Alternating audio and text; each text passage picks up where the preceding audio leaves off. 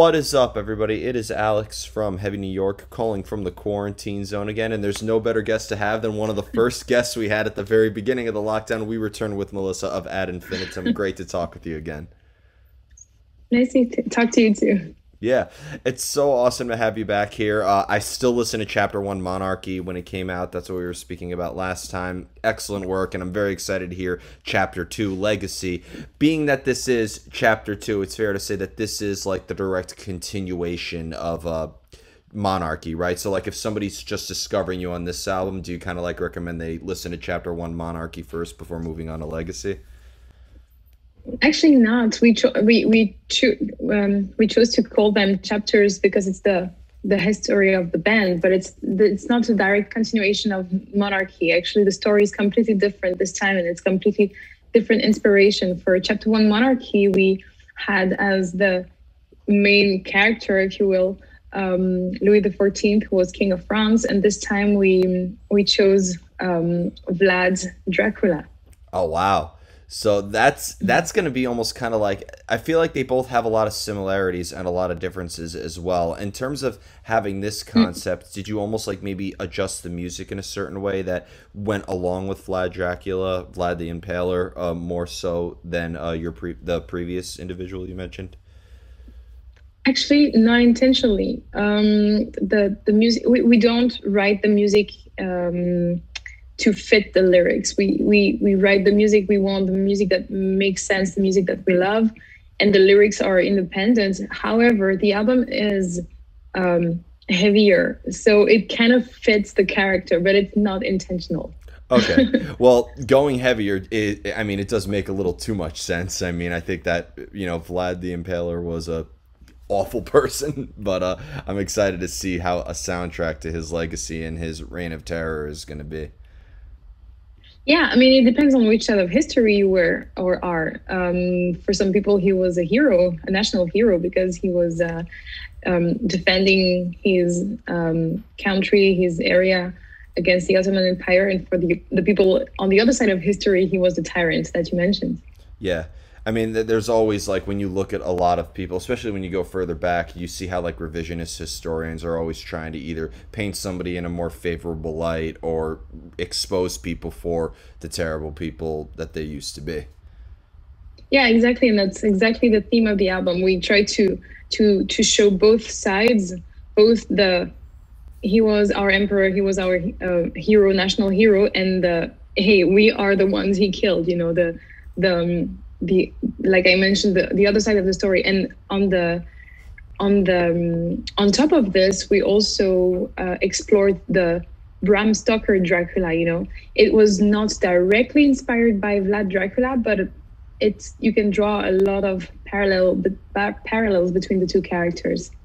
There's been a lot of us within the past couple of years since we first spoke. I mean, there's been a lot of like a reckoning within a lot of people, and there's been the way that we saw how the world is favored, and we see how we look back at history through a different light. A lot of from what we went through. Did maybe the past couple of years maybe influence this concept or influence this idea for legacy?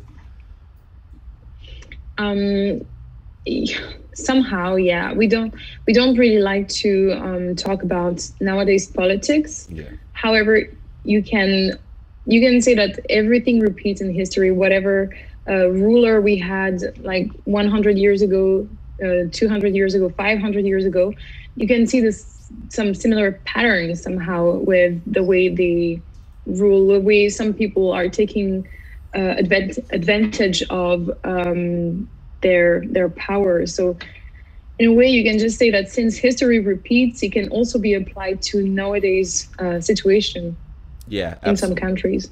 Absolutely. History will always repeat itself in one way or another. I mean, that's what makes history history. And what I've always said is that, like, I've always thought that ad infinitum was a way of looking back, but it also has such a representation of moving forward as well, and it really captures a moment in the present. So I think really ad infinitum, the best way to describe the music, it's the past, it's the present, and it's the future. Thank you. With the first single that you released being Unstoppable, is that maybe a good representation? You mentioned you took like a heavier direction. Is that a good maybe representation of this heavy direction for the entirety of the album, or is there a lot more to be discovered? I think there's a lot more to be discovered, but you can have a taste of it when you listen to Unstoppable. You can see that the music is a little bit more complex and a little bit fresher, I would say, because this time we really worked, the four of us, together from the beginning until the end. Last time we had the input of a producer at the beginning when I was alone I started the band alone, and then the guys joined me. So throughout the whole songwriting process, we had the influence of a producer. This time we decided to work on our own, and you can hear much more the where we come from, each musician, you can, it's us. It's like 100% us this time. Is there, I was just curious too, with taking like this heavier sound and demonstrating a lot of evolution, is that maybe why the first track is called Reinvented, or am I just overthinking the hell out of the title? Actually, no, no, not at all. But it's a good point. I should use it. Yeah. No, Reinvented is totally related to the stories. Like I mentioned, the first track of the album, Reinvented, is totally about the fact that history repeats. Even though we create new things, we evolve as a civilization. Our influence on this world is limited, and whatever we do will be recreated, reinvented differently, same but different in the future. And obviously, like with the albums too, having this story and this narrative, like it's meant to be listened to chronologically. I believe we talked about that with Monarchy last year, but like the best way to understand the story is starting off with Reinvented and ending with Lullaby. It's not like you could start off with Breathe and end with Into the Night or something like that. Actually not. The tracks, I think they're a little bit in that. We didn't write the album like a story. We just wrote the songs individually and put them in an order that makes sense musically, but not lyrically. So you can totally start with the last song and then go in, shuffle. A shuffle-friendly concept album. If you manage to pull that, exactly. If you manage to pull that off, that is very, very impressive. That's not easy to do. Yeah. I mean, do you consider your albums, though, because I've always said there's a difference between an album being a concept album and also an album being conceptual. I feel like that there is sort of like a difference. So, like, do you feel that maybe like exploring the themes of Vlad and like having this, do you just consider this like the underlying theme, or is there like a message or a story that you are trying to engage the listener in? I think you cannot really call it a concept album in the proper term, like a real concept album that tells a story from the beginning until the end. We explored some themes related to Vlad and to both, like I said, both side of history plus the Vlad the myth, because that's the reason why he's such a fascinating character and so interesting to make an album about. It's because there's so much to tell, from the human being perspective to the tyrant, to the myth, all the Dracula, the vampire stories, the primal instinct, animal, thirst for blood. That, I think it's more. I don't know. You use the word conceptual. I don't know if I'm not native, so sometimes it's a little bit hard to connect with words. But I would say that it's more of a. We have a character of inspiration. What is interesting to say about this person? There's this, that, and then we make individual songs about him. Mm-hmm. And you mentioned too, like, there has to be like a lot of research that goes into, like, I'd imagine that the songwriting process isn't just writing lyrics and writing riffs. I'd imagine that there's a lot of exploration through other artistic mediums, through visual art and literature and everything else, right? When it comes to purely the lyrics, I did a lot of research through documentaries, readings, etc., to really know what we were talking about. Not just say, "Hey, we know this guy pretty much." Really a lot of research about his life to to say something that actually makes sense and that is true to history. Now, when it comes to music, we really went with inspiration. We had some ideas, like every single musician in the band had some demos, and we shared, and then we worked together on them. Like, for example, I don't know, Nick had an idea for a song, and then he sent it to me, and I wrote a vocal idea, and then the other guys joined. It really went like there was no guideline. There wasn't one way of working. We all had ideas. We all shared them. We worked together. Then we had, I don't know, 16 songs, and we chose the 12 that were supposed to be on this album. This is a very stupid question, but I'm curious because if you're writing like a research paper on a specific individual, you know, you have to like cite where you got your information from. Oh, this is quoted by this guy, or so like if you are maybe like citing a quote or a segment from like a book of literature, do you almost have to like put a footnote in your song lyrics?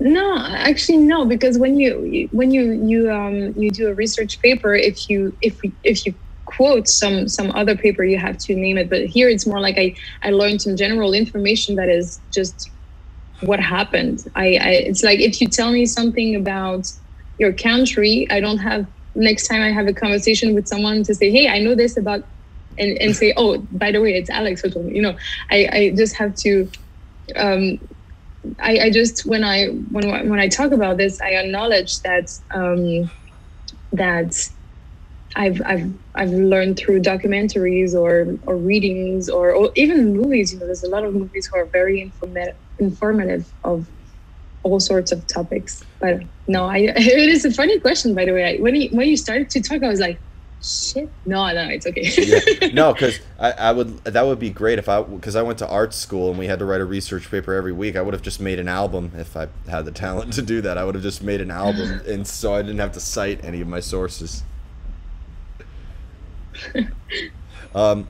Has there ever been a time though where maybe like your personal life or your personal experiences also influenced the lyricism, or has Ad Infinitum always been just a direct escape from who you personally are? No, I think I also use personal experience. For example, for the song Unstoppable, there's also something that resonates in me when I write the lyrics. It's not only about a character, but also, you know, it sounds real because I also feel it. I always, it's weird to say, but I always write the lyrics with my guts because I want them to be strong and powerful. So of course, if I'm talking about purely a character, of course it's different. But for songs like Breathe, Unstoppable, or Animals, it's also there's a part of me in the lyrics, of course. Yeah, I mean, regardless of what you're writing about, whether it is like a personal experience or, you know, or a historical event. I mean, Henry Matisse said every painting is a self-portrait. I'd imagine every song is a self-portrait as well. I mean, even if, like, who knows, maybe if you hadn't had the experiences you had, maybe you could write an album about the same thing, but it wouldn't sound like Ad Infinitum. Yeah, exactly. I think at least for me, if, for example, if I have a lot of rage or a lot of pain, it will transcribe in my lyrics. For example, I know that when I wrote some of the songs of chapter 1, I don't remember which ones, but I know that I was in a very different place emotionally, and you can hear some of the songs, you're like, wow, that's dark. Yeah. Or yeah, I don't know, depends on your perception, but I think it really depends. It can really, like you said, change how the final product will look like or sound like. Is it fair to say that, like, maybe this is almost your interpretation of it as opposed to, or maybe your commentary on Vlad, rather than so just like a very formalistic, this album isn't like a documentary, right?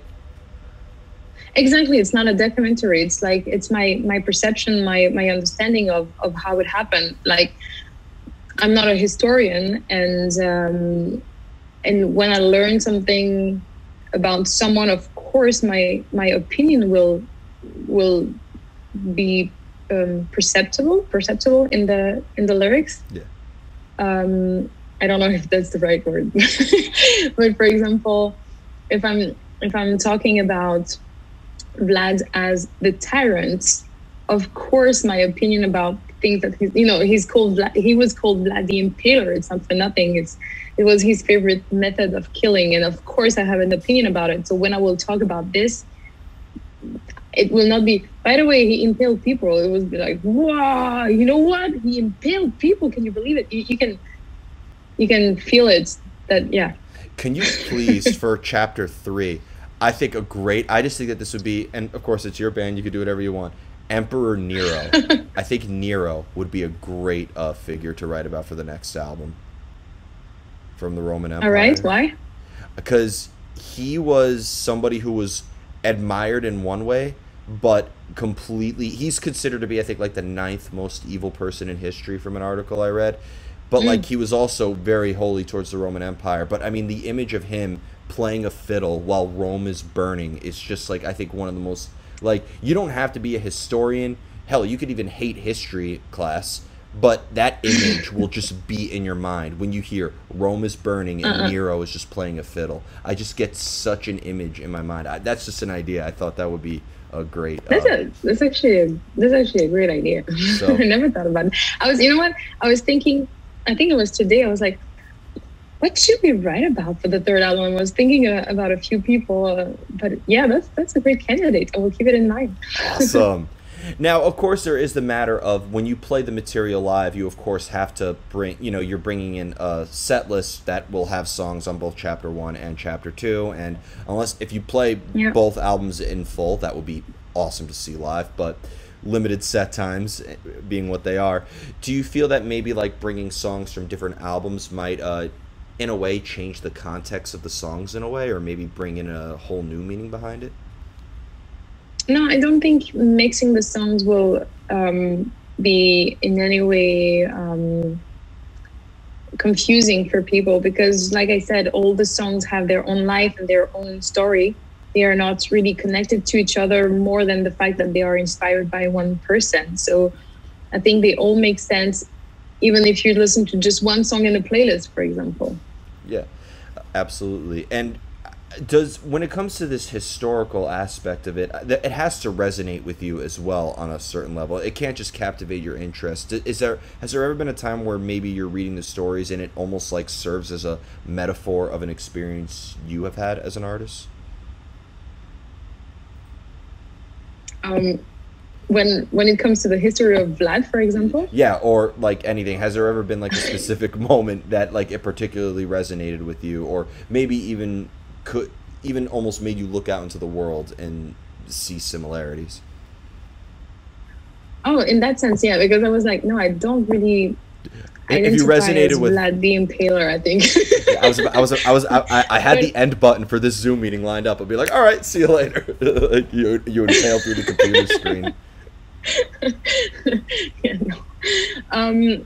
I think a few times I had them both for chapter 1 and for chapter 2. Actually, I was like, yeah, that's actually not very different than some of the situation we experience today. Depending on the country you live in, that can sound very familiar even today. I don't want to mention anyone or any political business, but yeah, obviously when you think about rulers, when you think about cold-hearted rulers or also sometimes a little bit selfish, let's say, of course you can link it to some situations nowadays. So obviously once or twice, especially during interviews, I had to like, don't say anything, don't say any name, because obviously in my head I link it to some people. Yeah. Well, yeah, and that's the reason why, because there's so many albums. Like your album, chapter 1 came out, like from a historical standpoint, obviously from a business standpoint, an album coming out during the pandemic is never good. But there's been a lot of albums that came out at the beginning of the pandemic, whether it was your album, Heaven Shall Burn's album is like very unsettling. Like you almost like listen to it, you read about the album, learn what it's about, and then you listen to it as like a soundtrack as you're navigating through the world, and like you realize, wow, this again, past, present, and future. Yeah, and also what happened with us is, on top of the actual music and the lyrics, we came we arrived on the scene, on the metal scene with in the metal scene with these plague masks, and at the same, like, we released the first single, and then there was the whole pandemic stuff happening, and we were like, we really, really hope that people will not think that it's a very bad joke, or that we're trying in any ways to take advantage of it for some kind of stick promotion. But then we read the comments, and people were just like, oh, this is pretty spot on, but in a funny way. There was no intention at all to take advantage, obviously, of some of the situation, because it would be horrible. Yeah, and you can't beat yourself up over how people interpret your art either. Yeah, exactly. Yeah. But it was funny. I did my first interview with you like right after I got back from the supermarket, when everybody was panic buying everything. Like I got my stuff, threw my stuff down, and did the last interview. Oh my God, yeah. I didn't experience it here because yes, we've seen a lot. We've seen that people were buying more, especially like we've seen the rise of price of toilet paper. We were like, what the fuck are you doing with this? But here it was still like in a reasonable atmosphere.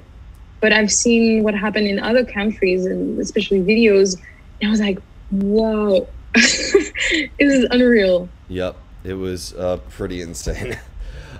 So before we go, I want to thank you so much again for your time and for another great conversation.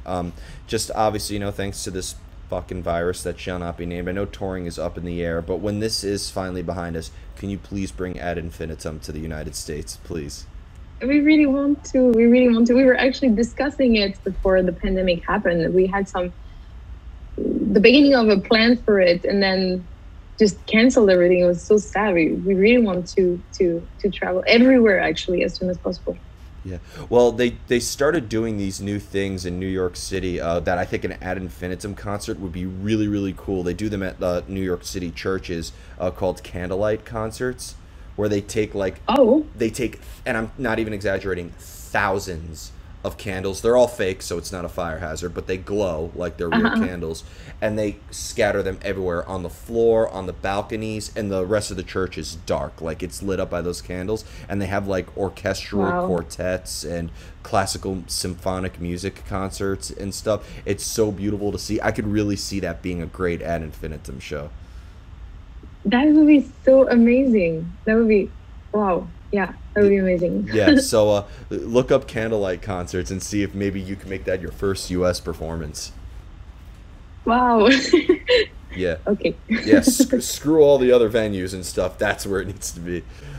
But thank you so much, Melissa. Everybody, we are here with Melissa of Ad Infinitum, Chapter 2, Legacy. Be sure to pick it up. Coming out this October. This is Alex from Heavy New York, and we will see you next time.